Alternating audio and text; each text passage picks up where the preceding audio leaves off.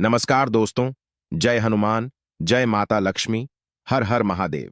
दोस्तों, सबसे पहले अपनी पूरी सच्ची श्रद्धा से कमेंट में लिखे जय माता लक्ष्मी।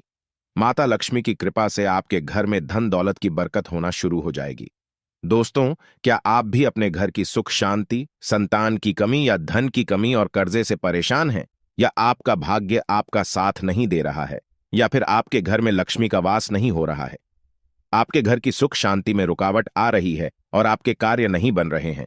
तो दोस्तों, आज की इस वीडियो में एक बहुत ही महत्वपूर्ण जानकारी देने वाले हैं। जो भी महिलाएं रात में अपने पति के साथ सोती हैं, उन महिलाओं के लिए यह जानकारी बहुत ही जरूरी है। दोस्तों, जो महिलाएं अपने पति से नाराज रहती हैं या अपने पति के साथ नहीं सोती है, तो इस वीडियो को नजरअंदाज बिल्कुल भी मत कीजिएगा। इस वीडियो को आप लोग भी अंत तक जरूर देख लीजिए, क्योंकि यह महत्वपूर्ण वीडियो आप सभी के लिए बहुत ही ज्यादा महत्वपूर्ण है। इसलिए इस वीडियो को अंत तक देखें। चलिए वीडियो शुरू करते हैं। उससे पहले, हे लक्ष्मी माता जी, जो भी आपके इस चैनल को सब्सक्राइब करें तो उसके घर में धन दौलत की कमी ना हो और उसका परिवार सदैव हंसता मुस्कुराता कुशल मंगल रहे। दर्शकों, किसी गांव में एक गरीब सेठ रहता था। जी हां, गरीब सेठ। आप सोच रहे होंगे, सेठ था और वह भी गरीब। ये दोनों विरोधाभासी शब्द एक साथ कैसे? ये सब भाग्य का खेल है। दोस्तों, हर इंसान के जीवन में कभी उतार कभी चढ़ाव आते हैं। उसी तरह दयाराम सेठ भी किसी जमाने में बहुत अमीर हुआ करता था और वह खूब दान धर्म और पुण्य भी किया करता था। लेकिन समय पलटा और वह धीरे धीरे अपना धन खोता गया और आखिरकार आज इस हालत में पहुंच गया कि लोग उसे गरीब सेठ के नाम से जानने लगे। लेकिन वह कहते हैं ना कि अच्छे कर्मों का फल देर सवेर ही सही, मिलता जरूर है। ऐसा ही कुछ इस गरीब सेठ के साथ भी होने वाला था। जिस गांव में यह सेठ रहा करता था, वहां पर एक बार राजा के लोगों ने ऐलान किया कि जिसने भी अच्छे काम किए हैं, वह अपने अच्छे काम गिनवाकर राजा से उसके बदले में जो भी उसका मन हो राजा से लेकर जाए। इस ऐलान को सेठ की पत्नी ने सुन लिया। सेठ की पत्नी बहुत खुश हो गई, क्योंकि वह जानती थी कि अपने अच्छे दिनों में सेठ ने अनगिनत पुण्य के काम किए हैं। यह बात जब पत्नी ने सेठ को बताई तो सेठ भी खुश हो गया और बोला, अगर ऐसा है तो फिर हमें बहुत बड़ा इनाम मिलना चाहिए, क्योंकि हमारे अच्छे कामों की सूची बहुत बड़ी है। अगले दिन सेठ सुबह सुबह 4 रोटियां बांधकर राजा के महल की तरफ चल पड़ा। सेठ के घर से राजा का महल काफी दूर था। सफर लंबा था।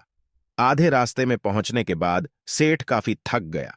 सेठ एक पेड़ की छांव के नीचे बैठकर आराम करने लगा और वहीं पर अपने साथ लाई रोटियां खाने की सोचने लगा। सेठ खाने की सोच ही रहा था कि तभी वहां पर उसके सामने एक गाय और उसके 2 बछड़े आए। सेठ के हाथों में रोटियां देखकर गाय और उसके बछड़े उसके सामने ही आकर खड़े हो गए और उनके हाव भाव से सेठ ने समझ लिया कि वह भूखी है और सेठ से खाना मांग रही है। अपने अच्छे दिनों में सेठ के पास काफी गाय थी, इसलिए गायों का व्यवहार सेठ अच्छे से जानता था।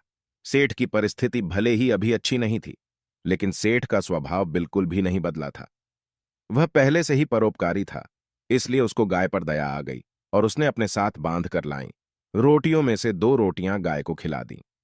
कुछ ही क्षण में 2 रोटियां खाने के बाद गाय फिर से सेठ की तरफ देखने लगी तो सेठ के मन में विचार आया कि यह गाय ज्यादा भूख ही लगती है। बेचारी को 2 बच्चों को दूध भी पिलाना होता है। इन 2 रोटियों से उसका क्या होगा? सेठ ने उसके पास बची बाकी की 2 रोटियां भी गाय को खिला दी। पास वाले तालाब से सिर्फ पानी पीकर सेठ अपने सफर में आगे बढ़ गया। राजा के दरबार में जब सेठ पहुंचा तो राजा ने पूरे दरबार के सामने सेठ से उसका नाम पूछा और अपने अच्छे कर्मों के बारे में बताने के लिए कहा। सेठ ने राजा को प्रणाम किया और अपने कामों के बारे में बताना शुरू किया। सेठ ने कहा, महाराज, मैंने कई भूखों को खाना खिलाया है, कई मंदिरों में दान दिया है, कई निराश्रित लोगों को आश्रय दिया है, कई तीर्थ स्थानों की यात्रा की है, सैकड़ों साधु संतों की सेवा की है। और ऐसे ही दर्जनों काम बताने के बाद सेठ बोला, महाराज, यह है मेरे कई सारे अच्छे कर्मों में से कुछ अच्छे कर्म। इनके बदले आप जो भी इनाम देना चाहें दे दीजिए। थोड़ी देर सोचने के बाद राजा बोला, अगर तुम्हारे कुछ और अच्छे कर्म है तो वह बताओ, क्योंकि अब तक तुमने जो मुझे बताए हैं उन्हें मैं अच्छे कर्म की श्रेणी में नहीं गिनता। सेठ को राजा की बात सुनकर बड़ा आश्चर्य हुआ। सेठ ने राजा को हाथ जोड़कर कहा, अगर आपको मेरे बताए यह कर्म अच्छे कर्म नहीं लगते या पुण्य कर्म नहीं लगते तो मेरा बाकी के कर्मों का उल्लेख करना फिजूल होगा। आप मुझे इजाजत दीजिए, मैं वापस जाता हूं। सेठ दरबार छोड़कर जाने लगा, तब राजा के दरबारियों में से एक ने राजा के पास जाकर कुछ कहा, जिसे सुनने के बाद राजा ने सेठ को वापस दरबार में बुलाया। राजा बोला, तुमने अपने आज किए अच्छे काम के बारे में तो बताया ही नहीं। सेठ बोला, महाराज, आज मैंने कोई अच्छा काम किया ही नहीं, फिर मैं आपको कैसे बताऊं? राजा ने उसी दरबारी को खड़े होकर सारी घटना बताने के लिए कहा जिसने राजा को उसके बारे में बताया था। दरबारी खड़ा हुआ और बोला, महाराज, जैसे कि मैंने आपको बताया, मैं उसी गांव में रहता हूं जहां पर यह सेठ आराम करने बैठा था, और मैंने वहां देखा कि कैसे इन्होंने अपना सारा खाना पास आई गाय को खिला दिया और खुद बिना खाए सिर्फ पानी पीकर भूखे रहे। सेठ को पता चला कि राजा किस बारे में बात कर रहा था, तो सेठ ने राजा से कहा, किसी जानवर को खाना खिलाना कौन सा पुण्य का काम है, और इस बात को तो मैंने कब का भुला दिया था। राजा ने सेठ से कहा, मेरे महान गुरुजी के बताए अनुसार मैं भी उन्हीं कामों को पुण्य कर्म मानता हूं जिन्हें करते समय सच में निस्वार्थ भाव से किया जाए, उसी के लिए किया जाए जिसको उसकी जरूरत हो, और सबसे बड़ी बात, उस काम को करने के बाद भुला दिया जाए। यही कारण है कि आज तुमने जो काम किया वह तुम्हारे किए गए आज तक के सभी कामों में सबसे उत्तम और सर्वश्रेष्ठ था, जिसके लिए तुम सच में इनाम के हकदार हो। इसके बाद राजा ने उस सेठ को अपना सबसे विश्वसनीय सेवक का पद दे दिया। उस राजा के दरबार में बैठने का अब अवसर मिल चुका था।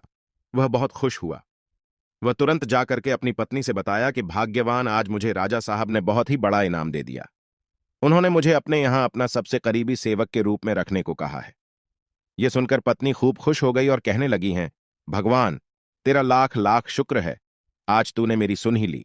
अब सेठ राजा के निजी सेवक के रूप में राजा के साथ रहने लगा। राजा उस पर बहुत ज्यादा भरोसा करता था, क्योंकि उसे पता था कि सेठ बहुत ही ईमानदार आदमी है। वह कभी भी झूठ और बेईमानी नहीं करेगा। दरबार में जब भी कोई मुख्य कार्य होता तो वह कार्य राजा साहब उस सेठ को ही सौंपते, और राजा साहब का कार्य सेठ भी बड़ी ही ईमानदारी के साथ अपनी देखरेख में ही करवाता था।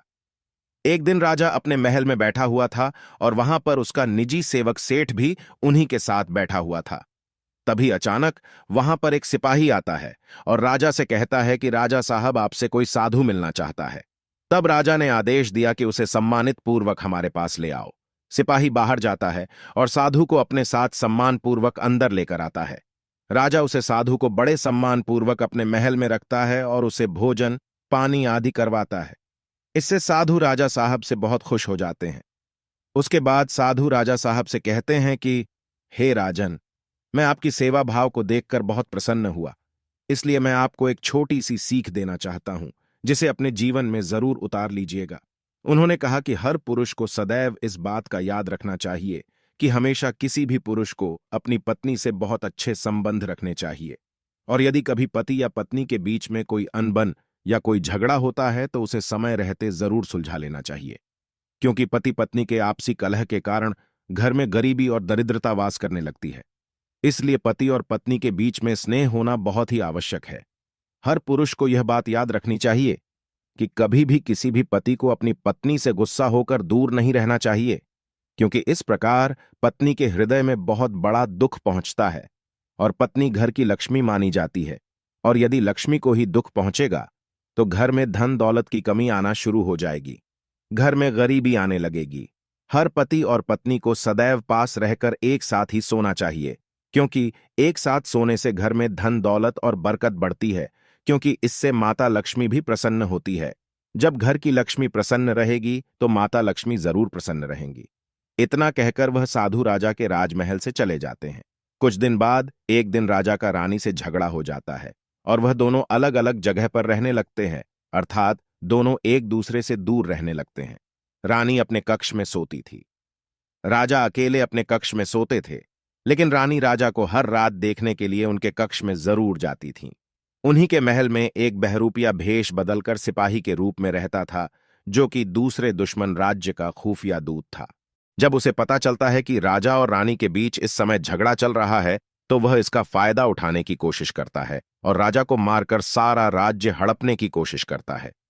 एक रात वह अपने कुछ साथियों के साथ राजा को मारने के लिए उसके कक्ष में जाने को तैयार होता है, क्योंकि राजा अपने कक्ष में अकेला सोया हुआ था। उनके साथ उनकी रानी साहिबा भी नहीं थी। वह खुफिया दुश्मन दूत राजा साहब के कमरे में घुसा और तभी उधर से रानी राजा को रात में देखने के लिए उनके कमरे की ओर आ रही थी। जैसे ही उन्होंने देखा कि कोई उन्हें मारने के लिए उनके कमरे में जा रहा है, तभी रानी ने पीछे से कुछ सिपाहियों को भेजकर उसे पकड़वा लेती है। सुबह जब राजा को यह सब कारनामा पता चलता है, तब वह रानी का लाख लाख धन्यवाद देता है और उसे उस साधु की बात याद आती है कि उसने कहा था, सदैव पति पत्नी को आपस में मिलजुल कर एक साथ रहना चाहिए, क्योंकि इससे घर में धन दौलत की बरकत होती है और सभी का भाग्य अच्छा बना रहता है। यदि सही वक्त पर रानी उसको अगर ना पकड़ पाती तो शायद मेरा धन दौलत और प्राण सब कुछ दूर हो जाता। सच ही कहा जाता है कि घर की महिला स्वयं लक्ष्मी होती है और लक्ष्मी को हमेशा खुश रखना चाहिए, और यदि कोई पति अपनी पत्नी के साथ सोता है तो पत्नी हमेशा खुश रहती है और घर में सुख शांति धन दौलत की बरकत होने लगती है। दोस्तों, सभी लोग सच्ची श्रद्धा से कमेंट में लिखे जय माता लक्ष्मी। माता लक्ष्मी की कृपा से आप सभी के घर में धन दौलत की कभी कमी ना हो। दोस्तों, ऐसी ही और इंटरेस्टिंग वीडियो देखने के लिए इस चैनल को अभी सब्सक्राइब करें और कमेंट सेक्शन में जय मां लक्ष्मी, हर हर महादेव लिखना ना भूलें। धन्यवाद।